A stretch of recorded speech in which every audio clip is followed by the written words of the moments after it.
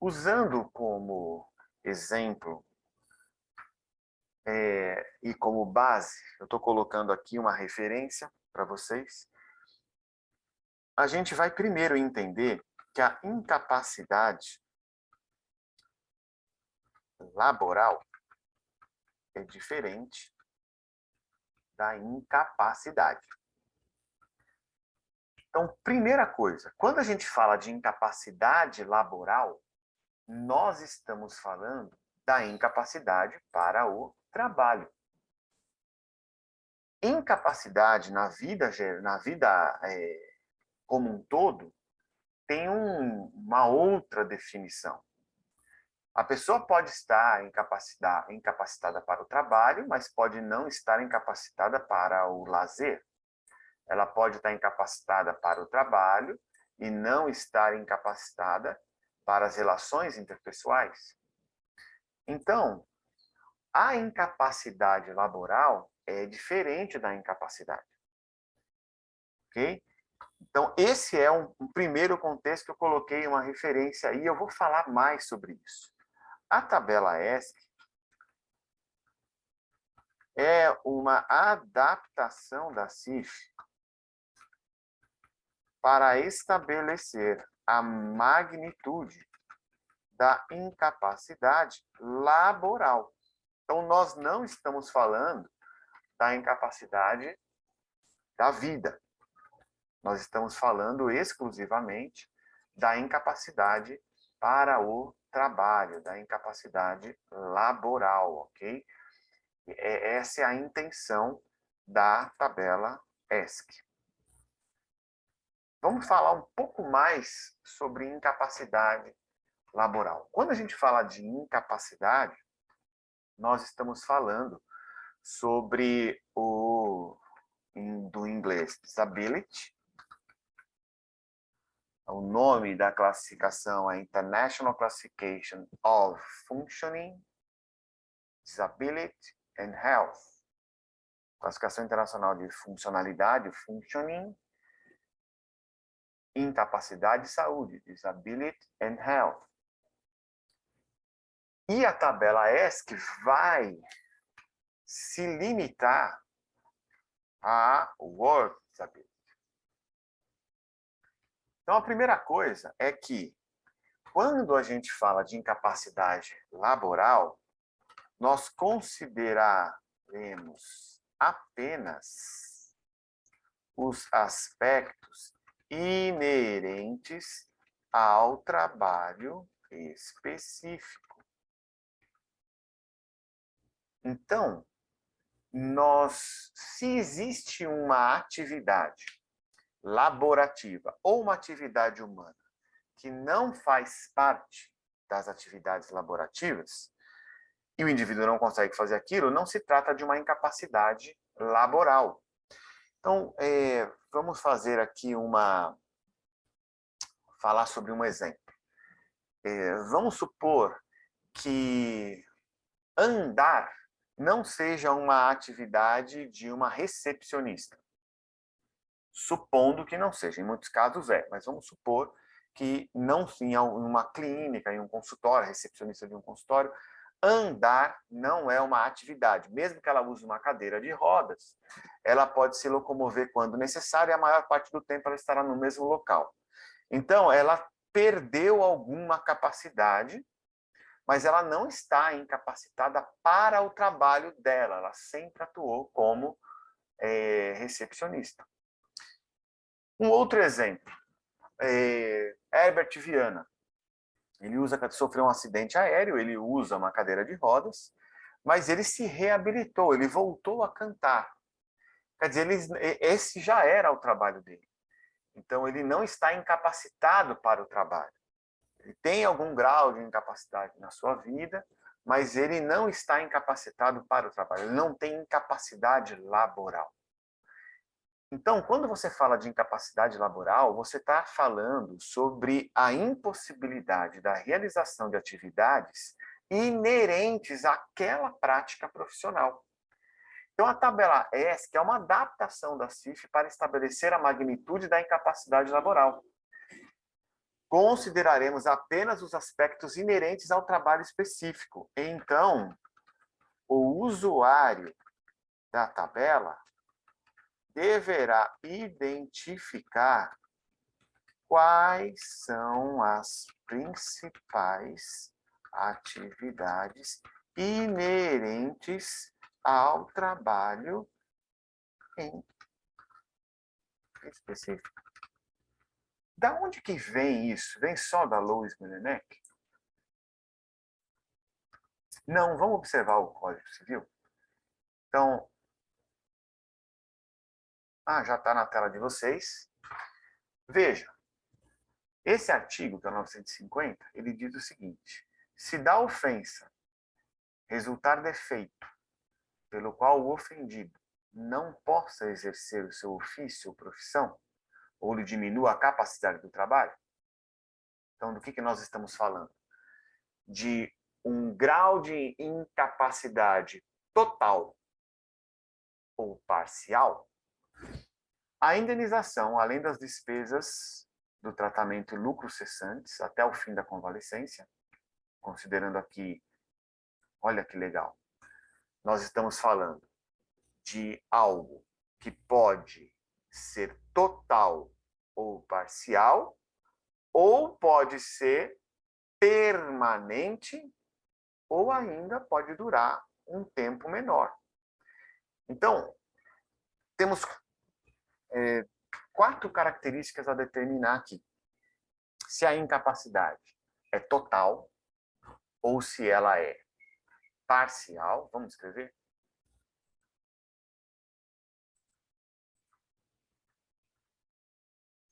Incapacidade laborativa. Ela pode ser total ou parcial. E também a gente percebe pela leitura desse artigo, quando fala do tempo de convalescência, ela pode ser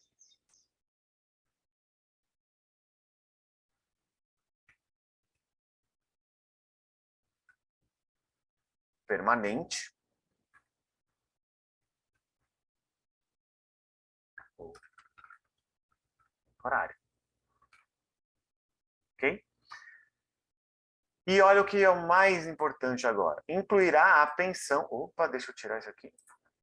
Incluirá a pensão, ou seja, a pensão, ou a indenização, ou a compensação correspondente à importância do trabalho para que se inabilitou.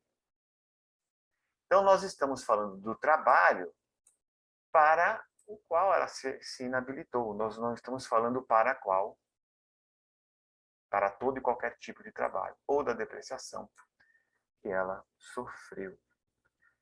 Então, é importante que o usuário da tabela ESC identifique quais são os aspectos inerentes ao trabalho que a pessoa conseguia fazer ou não, para ajudar na determinação da magnitude do quanto ela perdeu, ok?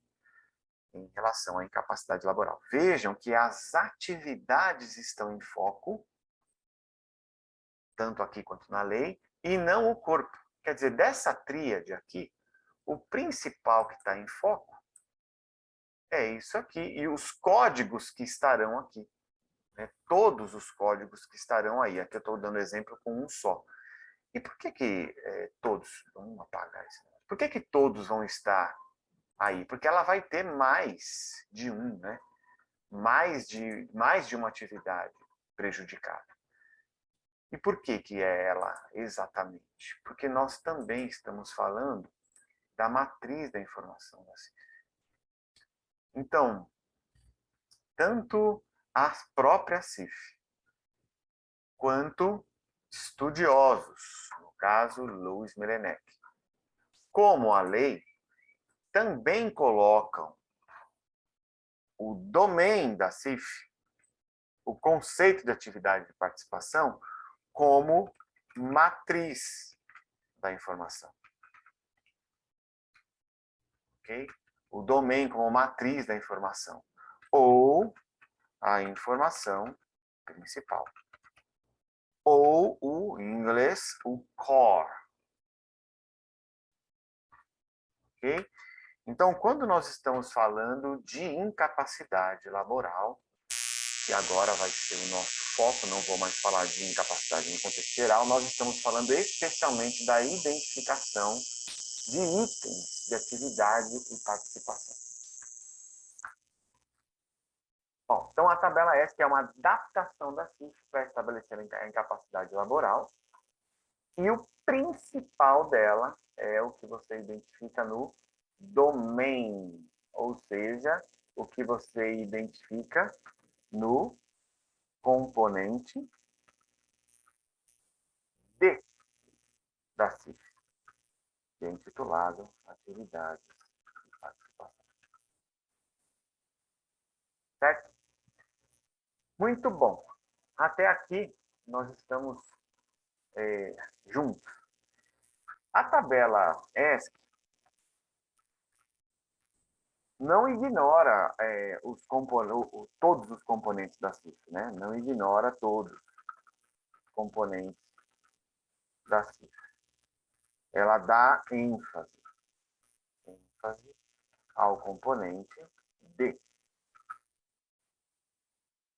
Ele é o mais importante, mas ela não ignora os outros.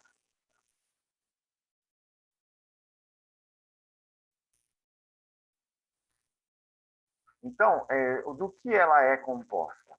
Ela é composta por perguntas sobre o corpo fisiológico e anatômico, por perguntas sobre o ambiente, que na CIF você vai chamar de fatores ambientais, e por códigos de atividades e participação. Então, você usa em todos os componentes, os códigos da CIF, na tabela S, os qualificadores específicos? Não. Você usa os qualificadores específicos para capacidade apenas no componente de atividade e participação. Nos outros, você vai responder com um simples sim ou não. Ou seja, usando um qualificador que é inespecífico na CIF, identificando tem problema ou não tem problema no corpo ou no ambiente, sem mensurar propriamente, em detalhes, a magnitude desses problemas. Eles são considerados, mas o peso deles é menor porque a mensuração é baseada nos códigos de atividade e participação. Então, você que vai usar a tabela ESC, você vai usar códigos da CIF de atividade e participação e vai responder a perguntas genéricas sobre o corpo. Ok? Então, ela não ignora todos os componentes, porém, ela enfatiza o componente D, atividade e participação. Por que ela enfatiza? Pelas justificativas que estão aqui em cima, justificativas legais, justificativas técnico-científicas. Atividade e participação é a parte mais importante e isso também está na alma, na essência da própria classificação internacional de funcionalidade, independentemente da lei ou de outros autores que não estudam a CIF, mas que estudam incapacidade laboral. Por incrível que pareça, existe aí uma grande congruência entre esses três atores, né? A CIF, a lei e o estudioso da área, tá bom? Vamos partir. Nós temos a tabela S funcionando de uma forma automática, mas o interesse desse nosso curso é que você consiga usar a tabela S fora do sistema, para você aprender a calcular a tabela sem o auxílio do programa que faz isso automaticamente a partir das respostas que você colocar lá. Então, eu vou abrir aqui a tabela S no Word. Vocês receberam, fiquem atentas no e-mail. Se vocês não receberam, receberão em breve esse arquivo, que é o arquivo da tabela ESP em si. É ele que vai fazer parte do seu laudo, ele vai representar os resultados da sua análise. Uma outra coisa importante da tabela ESP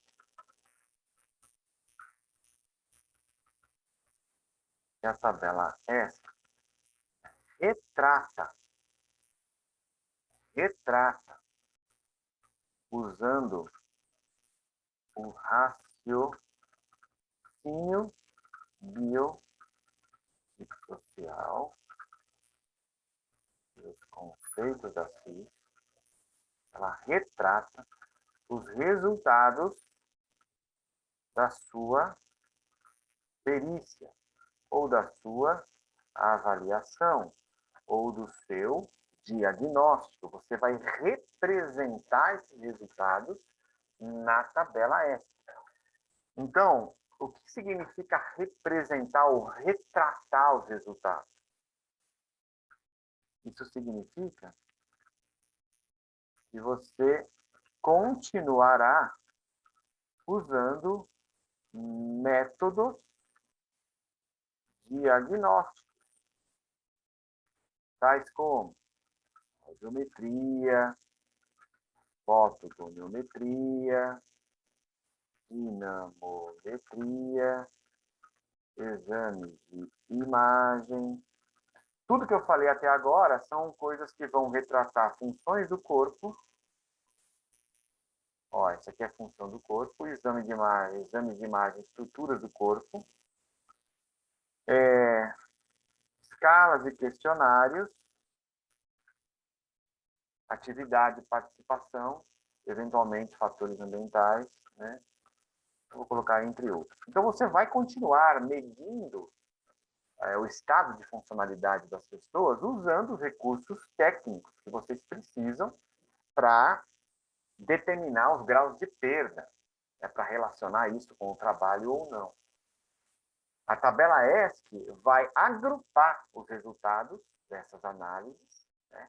Testes especiais, exames clínicos, etc. Vai agrupar esses resultados dentro de uma métrica baseada na CIF, com o modelo de raciocínio biopsicossocial e com o uso das categorias e qualificadores da CIF. Você vai representar os resultados dessas coisas e a tabela S vai te ajudar a julgar, a determinar a magnitude em percentuais e em qualidade, qual é a perda da funcionalidade laboral ou qual é o grau de incapacidade laboral. Lembrando que perda da funcionalidade laboral é o mesmo que incapacidade laboral. Tá bom? É o mesmo. Então, às vezes você pode se expressar de um jeito, ou você pode se expressar do outro jeito. Fique à vontade, que essa palavra funcionalidade ela acaba aparecendo muitas vezes, né? Então, para que você entenda do que se trata, quando você ouvir falar sobre funcionalidade dentro desse contexto, nós estamos falando da mesma coisa. Né? Você falar que perdeu funcionalidade laboral ou que tem algum grau de incapacidade laboral, é o mesmo, tá bom? Então, vamos voltar para a tabela, vocês receberam lá. Como é que foi construída essa tabela? O estudo foi desenvolvido em 3 etapas. Ele teve uma etapa internacional, com 150 membros, especialistas na CIF, que fazem parte do networking da Organização Mundial da Saúde, que trabalha com a CIF, para determinar o conteúdo, ou seja, o que é que da CIF seria importante para determinar a incapacidade laboral. Porque a CIF tem muitas coisas da vida, hobbies, espiritualidade, né, religiosidade, espiritualidade. Ela tem muitas categorias que dizem respeito às coisas gerais da vida que, de repente, não fazem parte das análise da determinação da incapacidade laboral. Então, esse primeiro momento foi de tentar buscar da CIF aquilo que era importante para observar a incapacidade laborativa. E depois ela teve duas outras fases que foram no Brasil, e essas fases tiveram a análise eu chamei de juízes.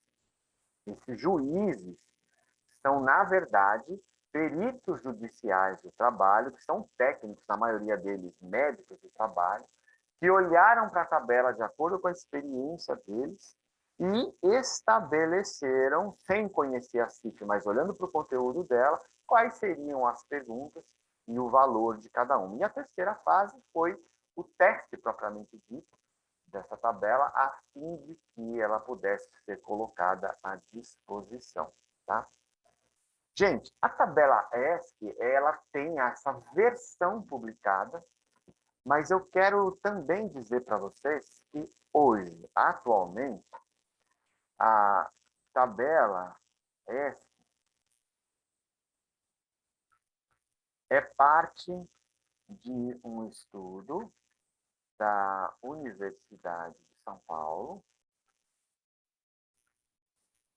lá no campus do Ribeirão,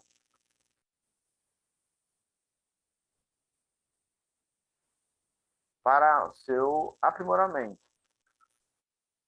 Então, a tabela ESC, junto com outros, né? A gente tem também um instrumento que se chama BASEP, a gente tem também um modelo de inclusão nas reservas legais, né? Vulgarmente chamado de cota PCD. E a gente também tem o uso da CIF na atenção primária, dois instrumentos, né, inquéritos baseados na CIF.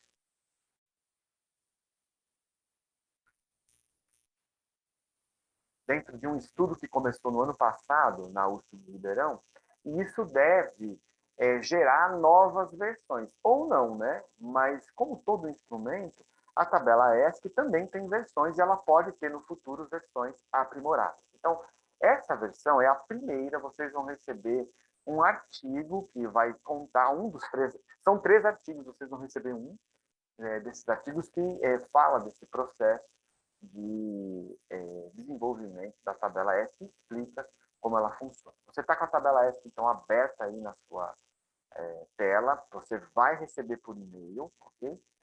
Então, ela começa com 2 quadros de perguntas. E essas perguntas, elas vão ajudar você no raciocínio e elas vão ajudar também o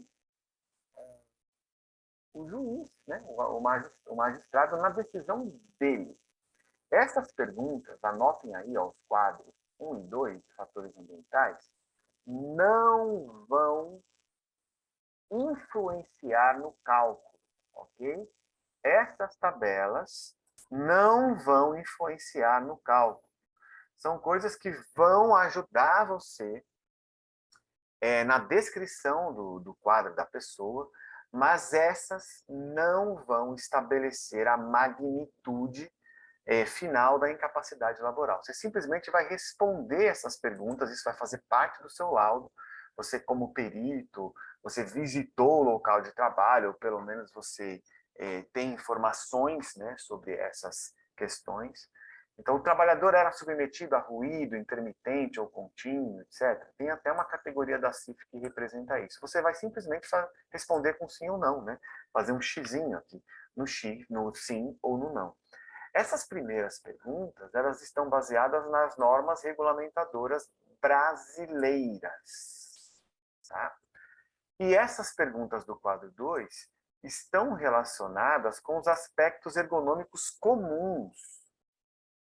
Então, aqui a gente tem uma justificativa legal para perguntar sobre isso, porque nós estamos falando sobre as normas regulamentadoras brasileiras já publicadas, e aqui a gente tem uma justificativa técnica e científica, com conceitos básicos de ergonomia, tá? Relacionando com categorias da CIF. Contudo, você vai só responder sim ou não aqui.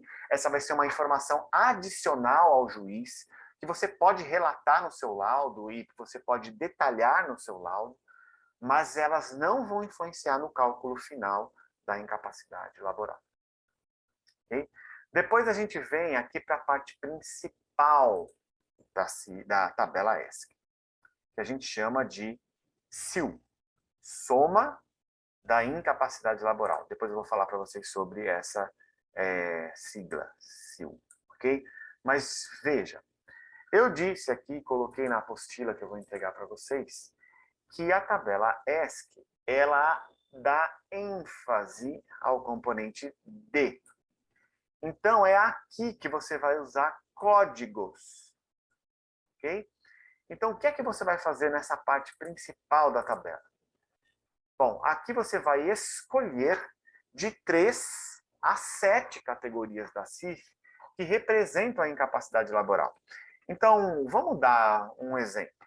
Se eu estou falando de um pianista, ou eu estou falando de alguém que faz, de uma costureira, estou falando da empresa Lia, que costura o banco dos carros da Fiat, tá bom? Deixa eu procurar uma categoria na CIF aqui, ó. A gente tem o D440, que significa uso fino da mão. Você percebeu que você tem que ter a CIF na mão, né? Eu vou enviar o link da CIF para vocês, caso vocês não tenham o livro, tá? Eu tenho o link da versão em português, da versão primeira, né? Sem as atualizações, eu posso mandar as atualizações em separado.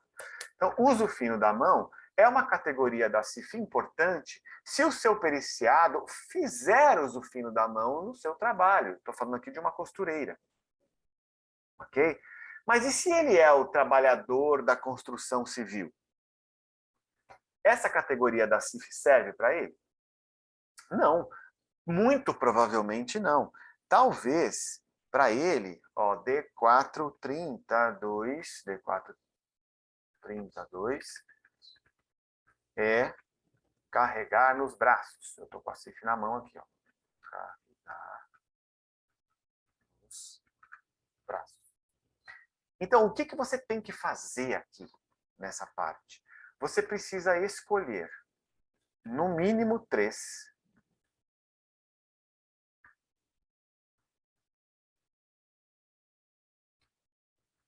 No mínimo 3. E no máximo 7 categorias da CIF que possam estabelecer, que estejam relacionadas com o trabalho específico da pessoa. Com aquele trabalho que ela exercia, o trabalho que ela se inabilitou. Ok? E aqui ao lado, você vai colocar, ó, aqui ao lado, você vai colocar o qualificador. Você precisa conhecer a CIF. O qualificador que estabelece o grau de perda, tá bom? Como na CIF. 0, nenhum, se tiver 0 não cabe você colocar aqui, quer dizer, ou você vai colocar 1, ou você vai colocar 2, ou você vai colocar o 3, ou você vai colocar o 4. Então, é uma perda completa, não consegue mais carregar nos braços, é 4. É uma perda parcial, é 1, 2 ou 3. Leve, moderado, grave. Leve é 1, 2 é moderado, 3 é grave. Ou uma perda completa, que é o 4. E, Eduardo, como é que eu estabeleço 1, 2 ou 3?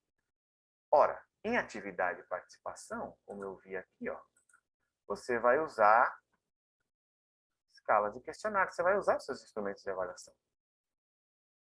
E esses instrumentos de avaliação, ou o seu julgamento clínico, ou o seu julgamento como perito, vai estabelecer para cada item selecionado a magnitude da perda. Certo? Se você colocar, por exemplo, 4, 4 e 4, você tem que selecionar pelo menos 3 aqui, né? Você pode até colocar o 7. Aqui você vai colocar a soma, no caso 12. Né? Vamos supor que você selecionou outras categorias, 3, 2, 1 e 4. Então a gente vai ter 16, 19, 21, 23. Então aqui vai dar 22.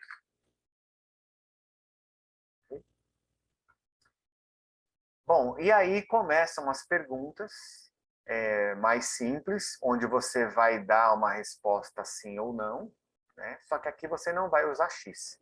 Você vai usar um número para responder, né? Você vai responder por quê? Você tem que responder com um número, porque você vai ter que somar. Nesse caso aqui, ó, as informações relativas ao seu julgamento sobre a pessoa. Ela tem facilidade de conseguir um emprego, de se manter no emprego, de conseguir um trabalho autônomo, um trabalho em tempo parcial, um trabalho em tempo integral? Você vai responder com o número 1.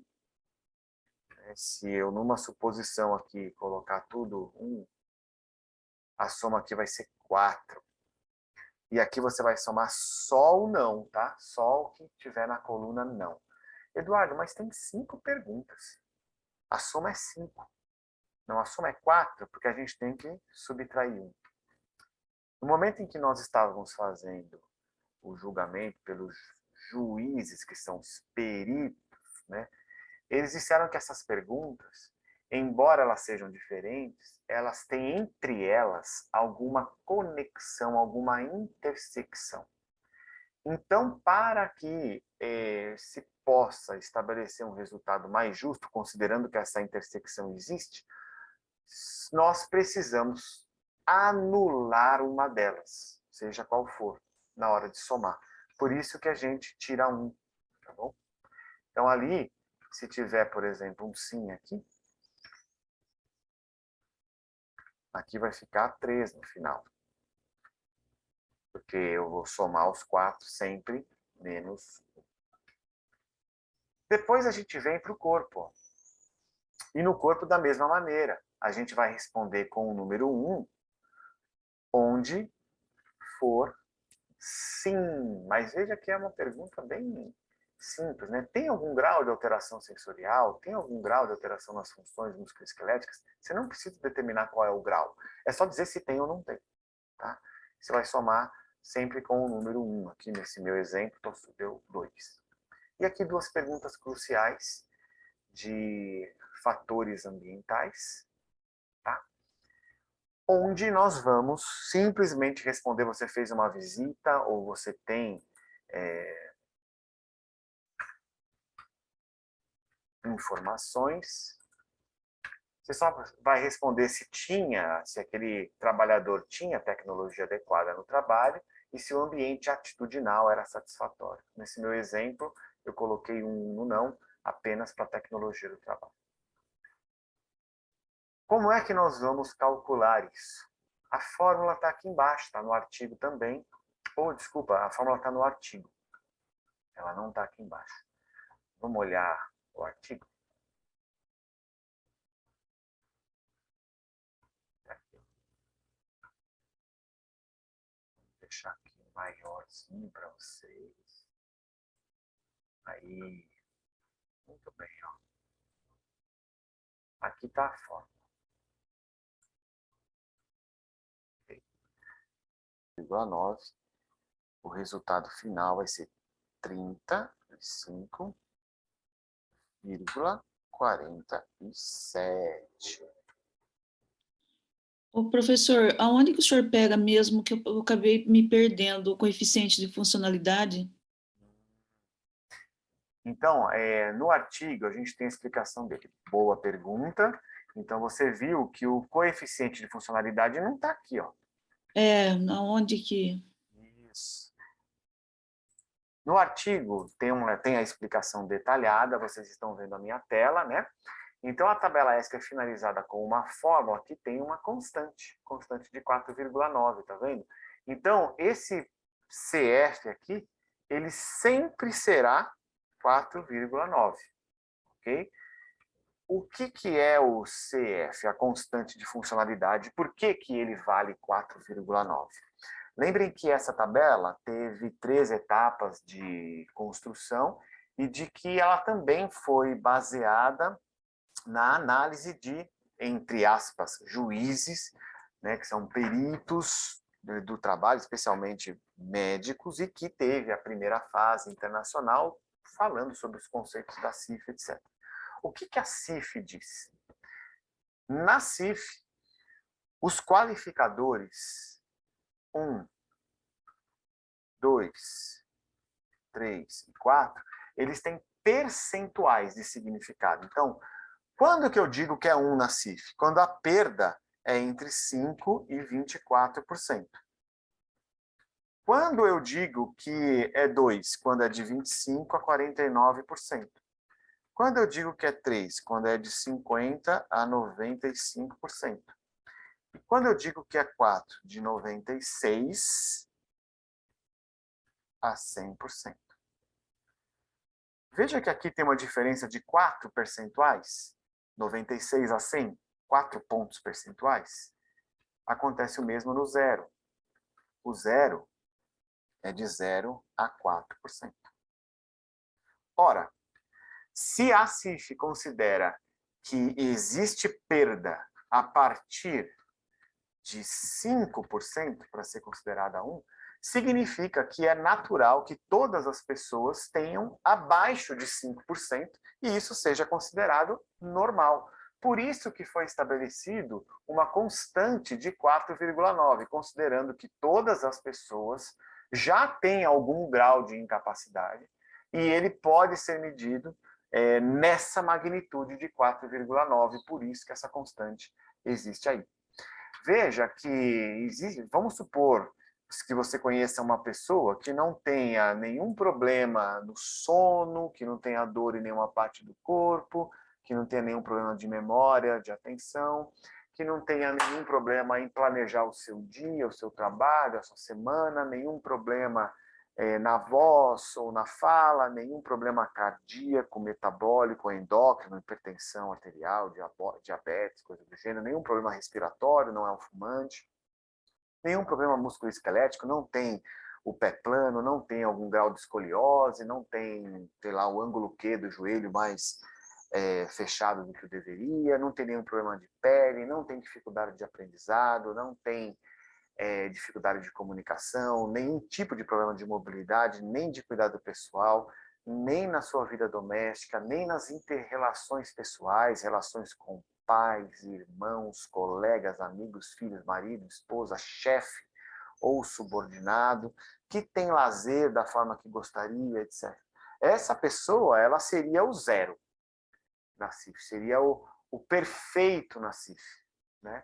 A pessoa que não tem nenhum tipo de problema, ela estaria no máximo de funcionalidade. Mas a CIF considera, a própria CIF considera que isso não existe.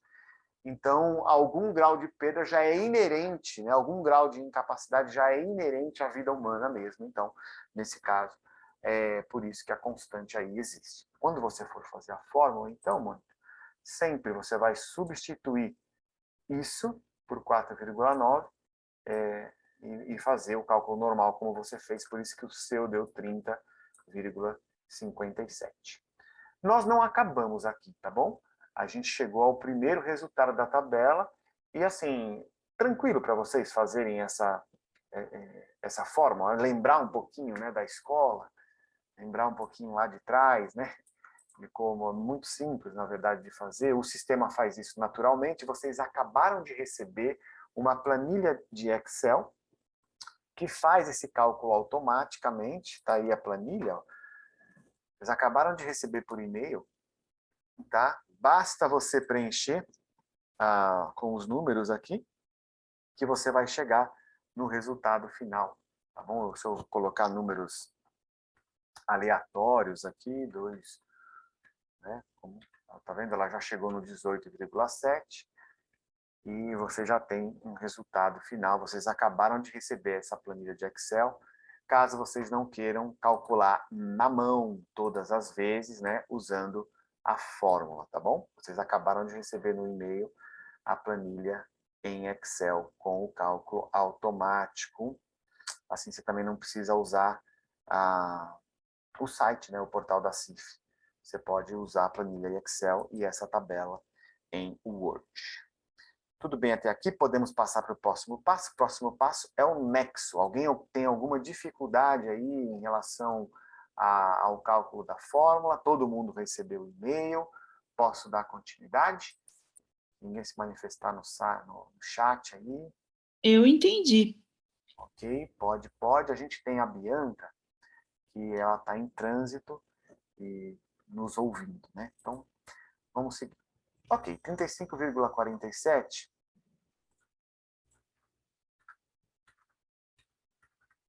foi o nosso resultado, certo?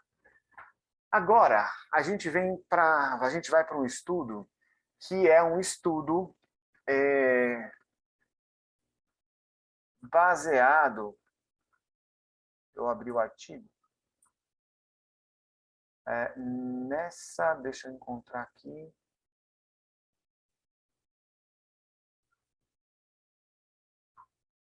Aqui, ó.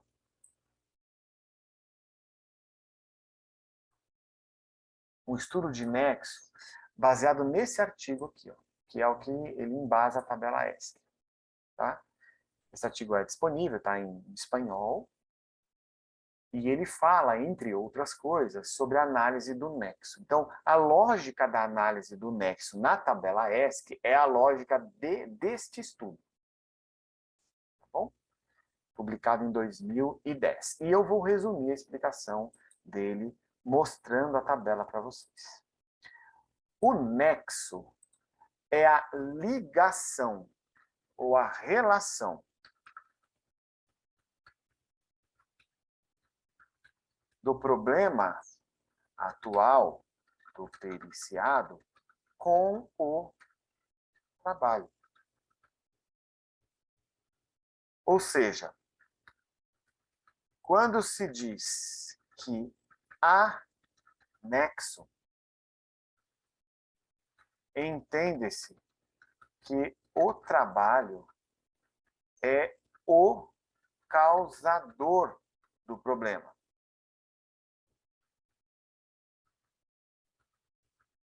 O trabalho pode ser o único causador ou pode ser um dos causadores.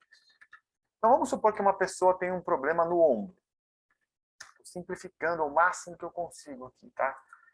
Vamos supor que a pessoa tenha um problema no ombro e ele é um trabalhador metalúrgico, ele é de uma montadora de automóveis.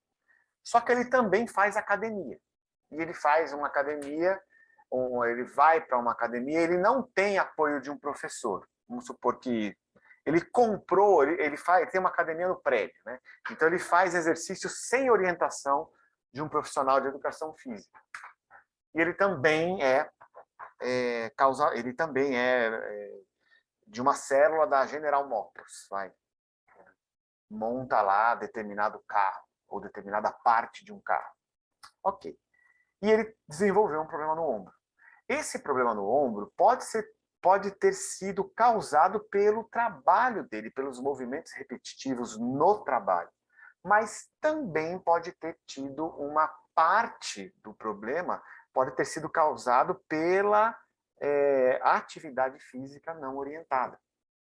Então, a situação dele atual é parte causada pelo trabalho, parte causada por um outro motivo. Ok?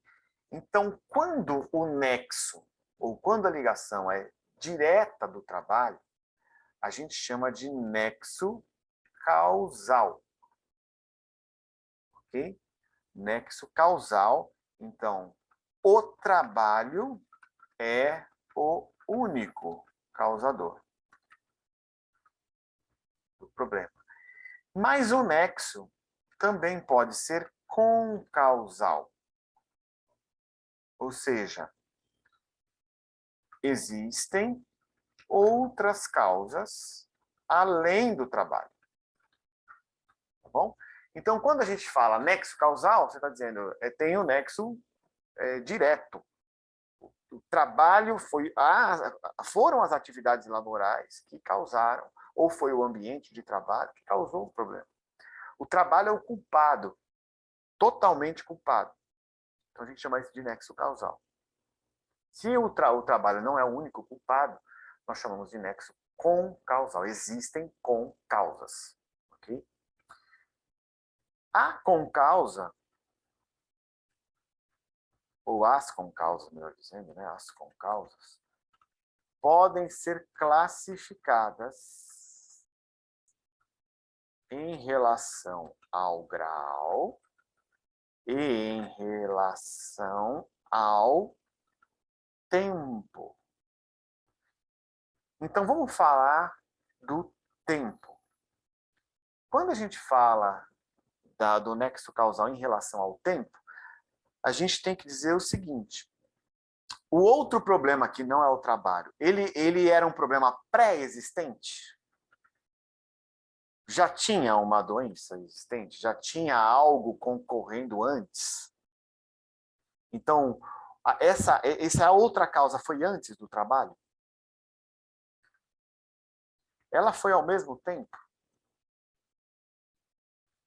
Ou ela foi depois? Por exemplo, a pessoa foi submetida a uma cirurgia e a cirurgia, no lugar de reparar o ombro, a lesão do manguito rotador, ela piorou o quadro, piorou a amplitude de movimento, piorou a função do braço. Então a gente chama isso de superveniente, ocorreu depois. Então isso aqui é em relação ao tempo. E em relação ao grau, a gente classifica em 3, grau 1, grau 2 e grau 3. Como que é isso na tabela? Vamos olhar na tabela. Na tabela, primeiro você vai marcar um X, se é causal. Ora, se é causal, não preciso marcar mais nada. Por que eu não preciso marcar mais nada? Porque a recomendação da indenização, ela vai ser igual à incapacidade laboral. Veja bem, a pessoa tem 35% de incapacidade laboral. E essa incapacidade laboral foi causada 100% pelo trabalho. Então, a recomendação de indenização, ela é 35 também. Mano. Ela é igual. Certo? Ela é igual. Vai ser grave.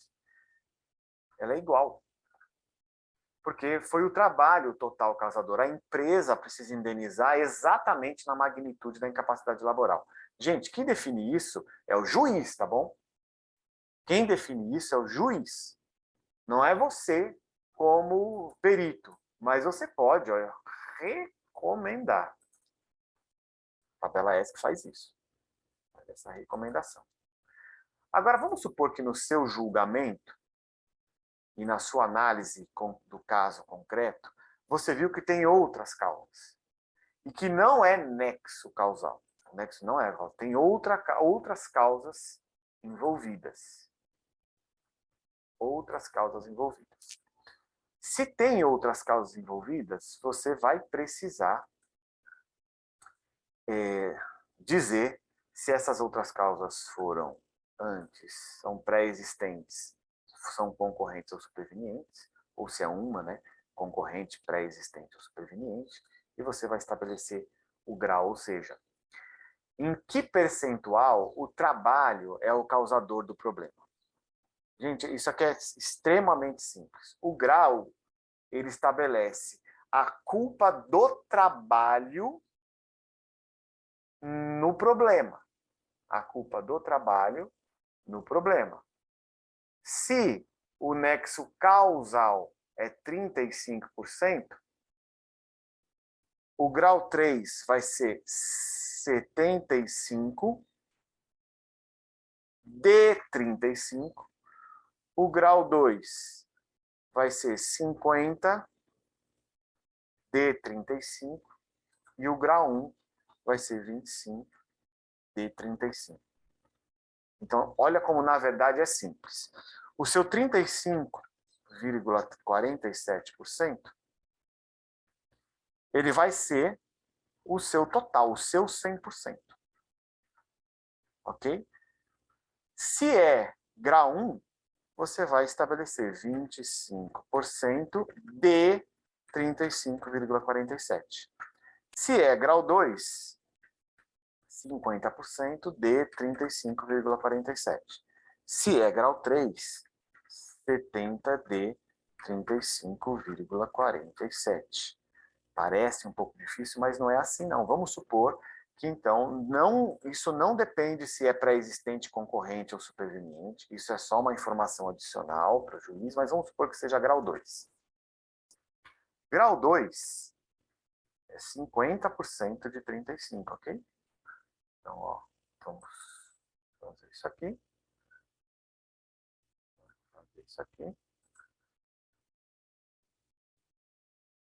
Fazer isso aqui. Então, quanto que é 50% de 35,47? 35. Lá vai para a calculadora. 35,47. Vou calcular quanto é 50%. É 17.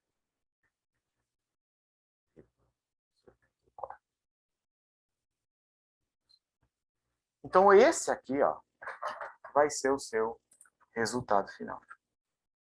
Então, o uso da tabela ESC não vai substituir os seus métodos existentes, mas ela vai estabelecer uma forma de raciocinar, de te ajudar a pensar em como fazer, usando a CIF, os conceitos da CIF, as categorias e os qualificadores da CIF, e ainda o estudo do nexo para determinar esse percentual final.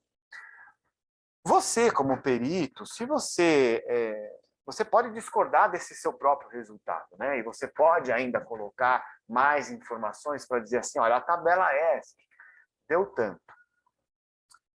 A tabela da SUSEP dá tanto. E por causa dessa justificativa, que eu vou dizer agora, você escreve um parágrafo da justificativa, o meu resultado final que eu quero propor é esse. Você, como perito, tem que responder aos quesitos, então isso depende muito do que o advogado da parte pediu ou do que o próprio juiz pediu. Mas, em geral, o que o juiz precisa é que você estabeleça a magnitude da incapacidade laboral para ajudá-lo na decisão do montante da indenização, da pensão ou da compensação.